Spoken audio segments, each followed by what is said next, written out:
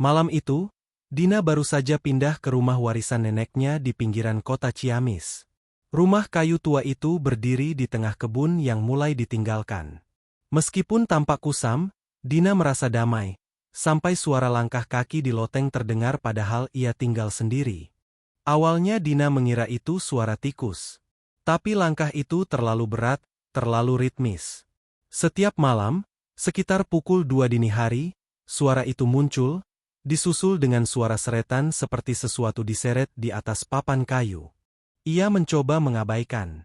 Namun suatu malam, saat ia naik ke loteng, ia menemukan jejak kaki basah yang mengarah ke sudut gelap. Tidak ada tanda siapapun di sana.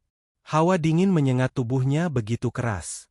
Penasaran, Dina mencari tahu tentang sejarah rumah itu. Seorang tetua desa berkata rumah itu dulu milik seorang dukun wanita yang dibakar hidup-hidup oleh warga karena dituduh menculik anak kecil.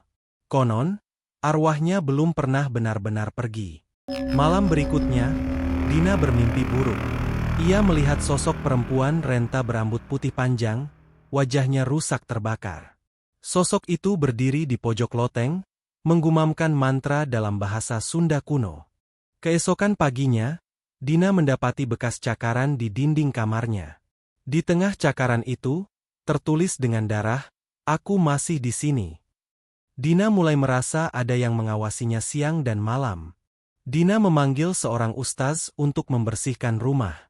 Saat pengajian dimulai, suasana rumah berubah. Barang-barang jatuh, lampu berkedip, dan suara tertawa wanita menggema dari loteng. Tiba-tiba loteng terbuka sendiri. Asap hitam keluar bersama jeritan yang sangat nyaring. Dari dalam asap itu, muncul sosok perempuan tua yang sama dengan yang muncul di mimpi Dina. Dengan bantuan ustaz, sosok itu akhirnya menghilang. Namun ustaz berkata, dia tidak pergi. Dia hanya diam. Dina tak lagi mendengar suara di loteng, tapi sering melihat bayangan di cermin, tersenyum padanya. Beberapa hari kemudian, Dina menghilang tanpa jejak. Polisi hanya menemukan kamar berantakan dan tulisan besar di cermin. Sekarang aku bersamanya. Loteng itu, kini tak pernah dibuka lagi.